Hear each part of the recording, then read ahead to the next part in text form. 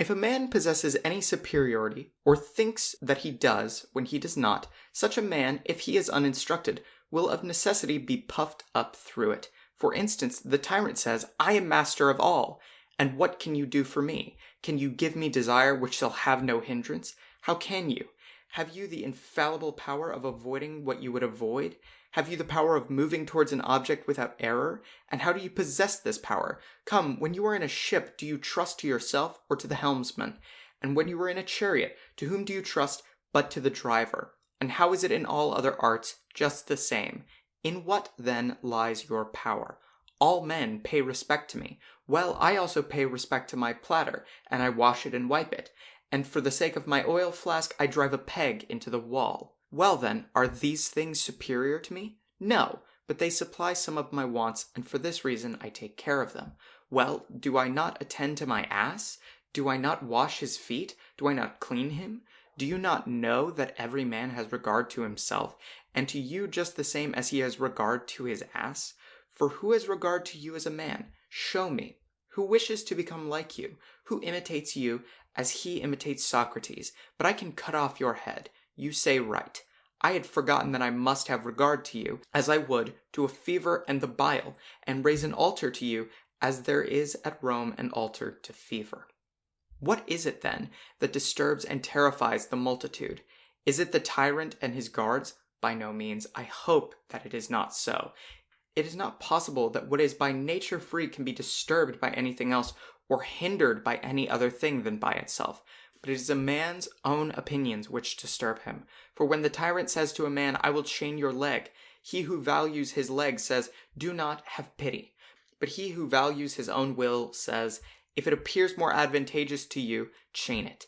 Do you not care? I do not care. I will show you that I am master. You cannot do that. Zeus has set me free. Do you think that he intended to allow his own son to be enslaved? But you are master of my carcass. Take it. So when you approach me, you have no regard to me? No, but I have regard to myself.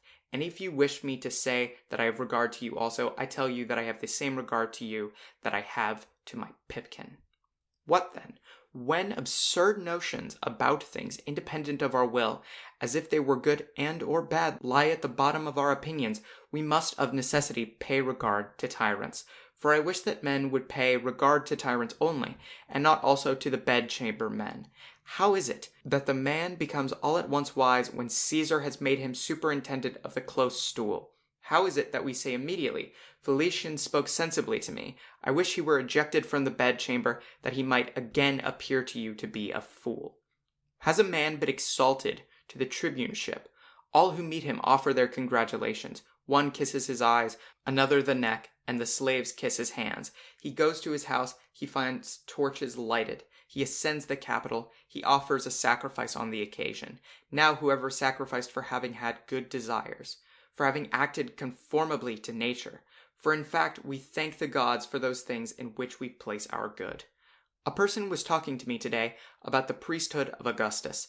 I say to him, man, let the thing alone. You will spend much for no purpose. But he replies, those who draw upon agreements will write my name. Do you then stand by those who read them and say to such persons, it is I whose name is written there? And if you can now be present on such occasions, what will you do when you are dead? My name will remain. Write it on a stone, and it will remain. But come what remembrance of you will there be beyond Nicopolis. But I shall wear a crown of gold. If you desire a crown at all, take a crown of roses and put it on, for it will be more elegant in appearance.